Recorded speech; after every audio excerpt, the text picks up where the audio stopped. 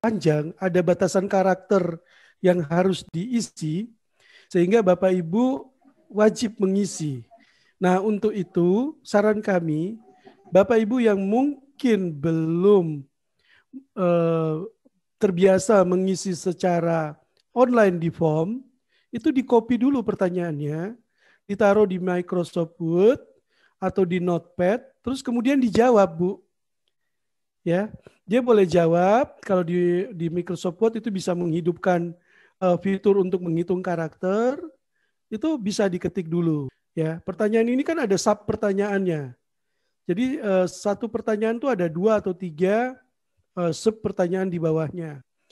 Untuk itu seorang guru harus paham pertanyaan itu. Ini di copy aja dulu pertanyaannya, copy semua, terus baru dijawab. Bapak Ibu menggunakan Word atau Notepad untuk menjawab pertanyaan tersebut. Nah, ini tipsnya ya, sehingga tidak terputus koneksi. Jadi udah isi, putus koneksi, isi lagi, ngetik lagi. Nah, lebih baik Bapak Ibu ngisi dulu, copy dulu semua pertanyaan.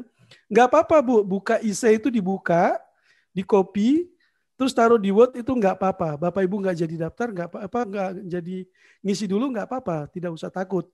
Di copy semua pertanyaannya, terus dijawab. Apa yang Bapak Ibu lakukan? Ya cerita. Ya saya mengurus surat izin, saya menyiapkan internet, saya melengkapi berkas-berkas saya. Ya saya meminta doa, mohon doa kepada Tuhan agar saya lolos. Itu kan usaha, ya. Jadi Bapak Ibu betul-betul melakukan apa yang dituliskan. Itu tips yang pertama. Terus tips yang kedua, karena auto save cuma 5 menit, sehingga internet itu kalau kita pakai lama-lama, koneksi di form itu kadang-kadang putus. Ya, kadang-kadang putus sehingga begitu klik simpan, hilang, tidak kesimpan. Error, akhirnya apa yang diketik tadi hilang semua.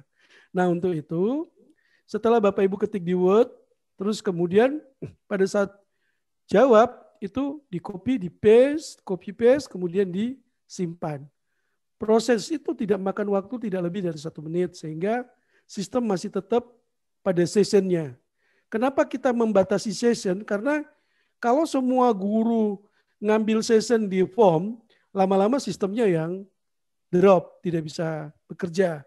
Makanya harus dibatasi 5 menit, 10 menit, putus. 5 menit, 10 menit, putus. Tapi kita simpan setiap 5 menit apabila ada perubahan. Nah, untuk itu jangan berlama-lama di depan form, nanti malah tidak keisi-isi. Yang berikutnya itu IC. Terus kemudian terkait dengan CV. Ya, jadi usahakan ceritanya runtut, jelas, dan apa adanya. Ini malah lebih bagus, lebih banyak yang diterima ketika IC-nya itu runut, jelas, dan menceritakan cerita apa adanya. Daripada Bapak Ibu copy paste dari cerita orang lain, yang ketika nanti ada tim asesor, ini kan nanti dinilai IC-nya. Ketika tim asesor menilai, ini ceritanya nggak nyambung, itu Bapak Ibu langsung diberikan nilai minimal. Makanya IC ini cerita bersambung yang akan memperlihatkan alur cerita bagaimana Bapak Ibu menyelesaikan dan memotivasi diri mengikuti guru penggerak. Ini cerita yang perlu. Terus kemudian untuk yang CV, bagaimana tipsnya? Ini memang ada sedikit trip ya untuk kurikulum vitae khusus pengisian foto. Ya, kalau foto itu kan sudah dibatasi Bapak Ibu menggunakan file yang kita unggah di situ mungkin 20 kilo sampai 1,5 mega. Rata-rata sekarang kalau kita lihat foto-fotonya Bapak Ibu yang dipakai kamera itu besar-besar ya, 2 mega, 4 mega. Bagaimana di crop? Itu ada aplikasi yang Bapak Ibu bisa pakai ya kalau Bapak Ibu pakai Windows itu namanya Paint, aplikasi Paint gitu, Bapak Ibu bisa pakai untuk cropping gambar. Jadi ada foto, Bapak Ibu bisa cropping. Nah, itu jauh lebih mudah langsung diatur ya. Terus kemudian untuk kurikulum vitae, langkahnya semua harus diisi. Di dalam kurikulum vitae itu ada yang wajib, ada yang tidak. Yang wajib itu cuman dua, ya, yang wajib itu cuma dua di kurikulum vitae.